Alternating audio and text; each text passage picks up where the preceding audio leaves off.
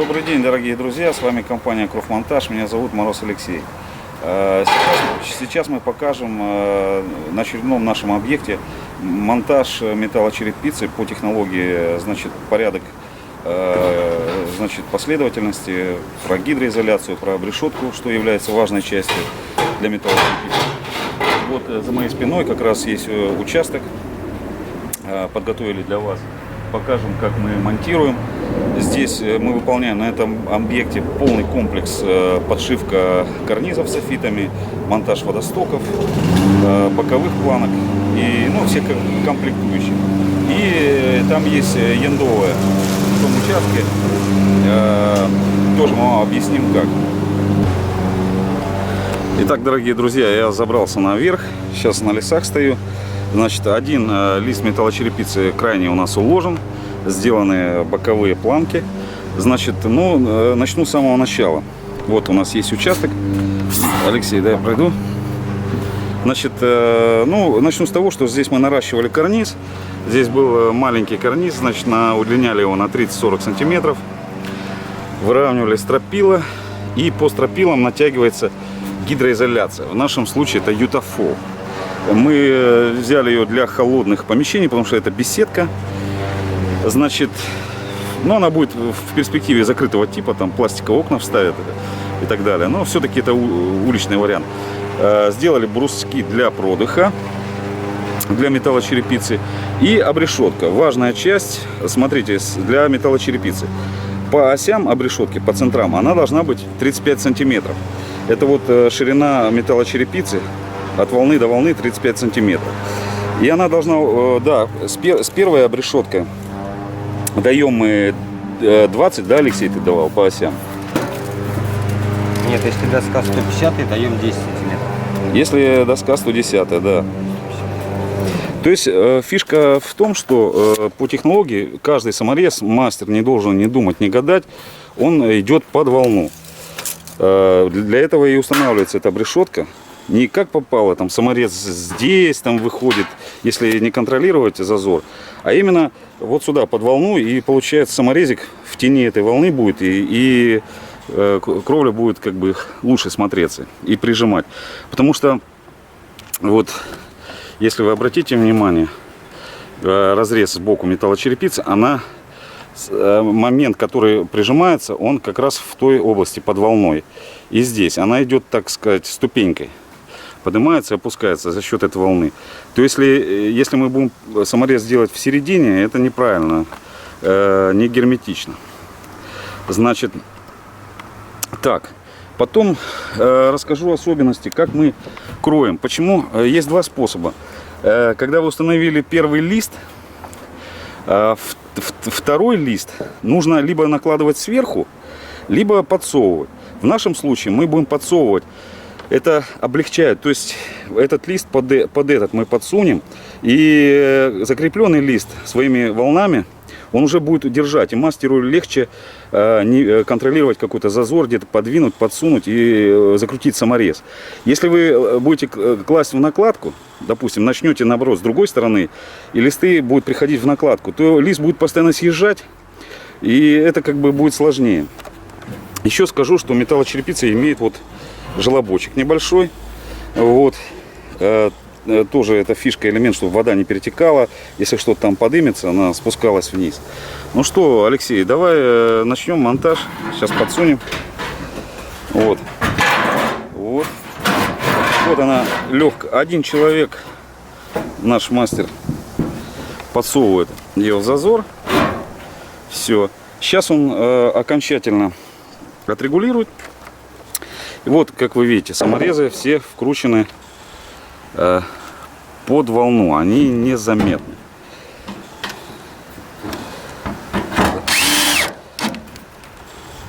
В принципе, пока Алексей крепит лист, я расскажу немножко о водостоке.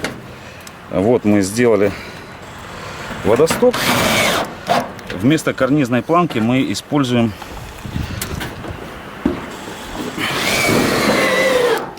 сами мы гнем на станках такой элемент. Это специально, чтобы вода или снег, здесь будет глыба, не перехлестывала, значит, через желоб.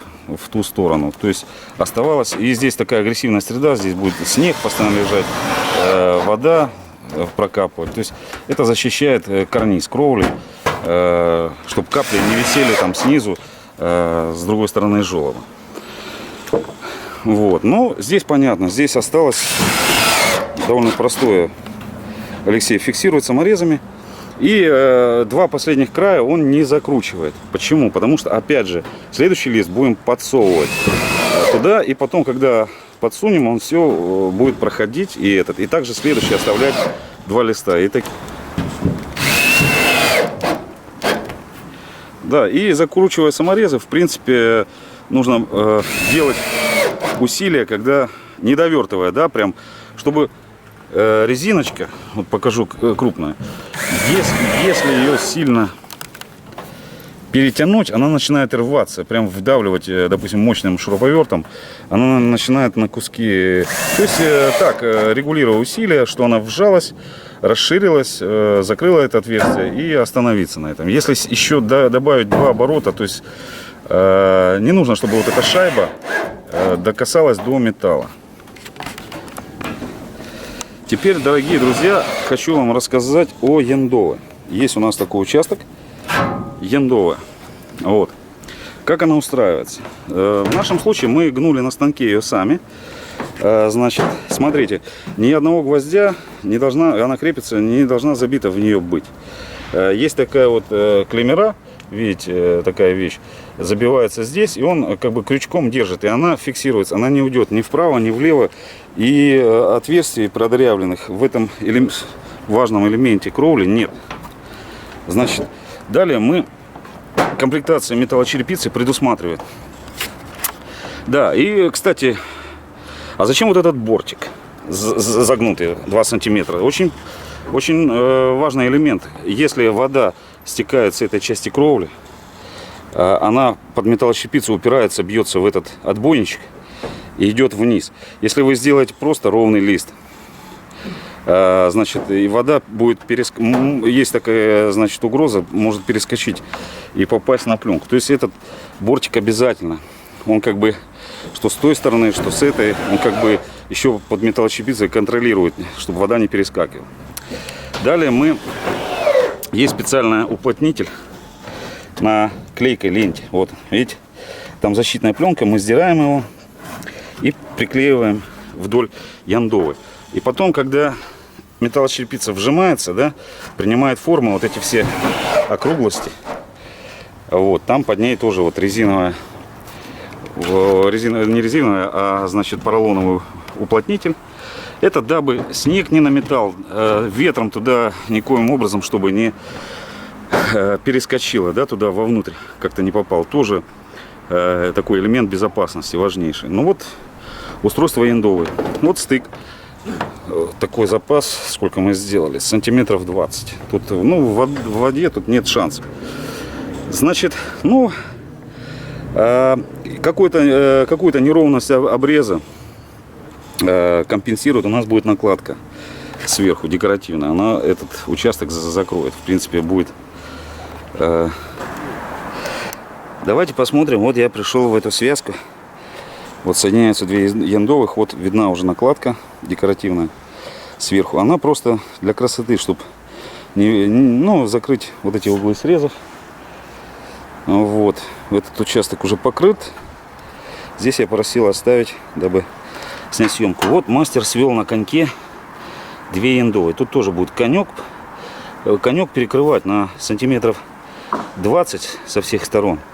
Ну, даже если он прокапает, видите, мастер как сделал все эти части. То есть водичка будет и туда, и сюда попадать. Вот расскажу немножко. В нашу задачу входило увеличить фронтоны, потому что они здесь почему-то были очень маленькие, там сантиметров 10. Мы наращивали фронтоны и в длину, и по бокам. Ну, по бокам проще, это можно сделать обрешеткой. А здесь нужно добавлять стропила. И в нашу задачу входит вот подшивка софитом. Здесь тоже будет фронтоны решено покрыть софитом. И весь дом тоже подшивка под софитом, водосток. Вот здесь баня. Тоже она под пленкой, укрывочным материалом пока. Значит, тоже весь комплекс сделан, осталось только покрыть. Ну, я снимаю боковой фронтон. Потому что был минимальный вынос. Тут захлестывало вот на столбы. Сейчас человек хочет в конечном итоге, ну, застеклить ее. Вот такие у него планы. Вот устройство боковой планки. Значит, тоже по желанию заказчика он захотел красным металлом, то есть подчеркнуть. Значит, ну, не коричневым, не фризовой полосой, не софитами, а, значит, красным металлом. Желание заказчика было. Вот мы то, что и исполнили. Теперь к дому, не к дому, к бане. Здесь с нами, значит, у заказчика вот такое помещение. Я не знаю, будет ли у него тут дрова, либо что. Мы удлиняли ему крышу. Вот стоят столбы, 3 стойки. И мы наращивали и делали крышу, так сказать, ну, до забора соседского. Тут что-то хочет он как-то это пространство использовать, чтобы сюда дождь не захлестывал и так далее. Вот, тоже все подшито софитом, полный комплекс. Хожу с другой стороны в баню. Хочу показать вам. Вот, подшитый софит по периметру.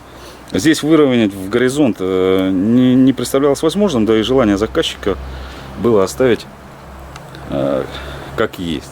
Под желобом, видите, исполнена нами вот карнизная планка. Она является, так сказать, туда заходит под нее софит, прикрывает линию среза. В общем, вот такие работы. То есть баню мы уже подшили со всех сторон. И в работы входила обшивка дымохода металлом. И там еще осталась старая флюгарочка. Осталась. Ее тоже мы будем переделывать, снимем и сделаем свою пошире. Вот. Ну вот, видите, да, как подшита дымоходная труба. Металл заходит за ближайшую волну металлочерепицы. Таким образом. А задняя часть будет заходить под конек. То есть, где будет все соединение на замках. Вот такие работы, в принципе, исполняет наша компания. Я считаю, это небольшой объект, но ответственный, потому что все внизу, на виду. Надо делать четко, аккуратно. Тоже с этой стороны, с другой бани мы зашли. Вот, тоже вот такой же перечень. Водостоки, подшивка, подшива. Осталась металлочерепица. Но это самое простое. Ребят, на самом деле в металлочерепице, и как я показал, вот покрыли мы участок 2 листа. Крутить саморезы, это, ну, вот выставить лист, выровнять, конечно, очень просто. И как мне говорят некоторые заказчики, а что там такого, обезьяне покажи, и намекая на то, что недорогая вид работ. Да, конечно, когда у тебя все выровнено, выставлено, и монтировать металлочерепицу одно удовольствие. Так вот, самое большое время занимает подготовка, выравнивание, потому что крыша должна идеально быть ровная, все стропила, потому что металлочерепица сразу даст это, заметит, если где-то у вас там балка просела или еще, сразу будет видно, уже тень солнца бросать, значит, вывести обрешетку, все выровнять, подготовить, все края. А уж потом, конечно, самое простое и приятное видеть чистовую работу, то есть крыть металлочерепицу. Самое много времени занимает подготовка. Именно все сделать в соответствии. Итак, на этом я, в принципе, заканчиваю свой репортаж. Надеюсь, он был интересным, информативным для вас, так сказать, азы кровельного дела. Вот. И жду ваших комментариев, отзывов. Не забывайте ставить лайки. С вами был Мороз Алексей, компания Кровмонтаж. До новых встреч.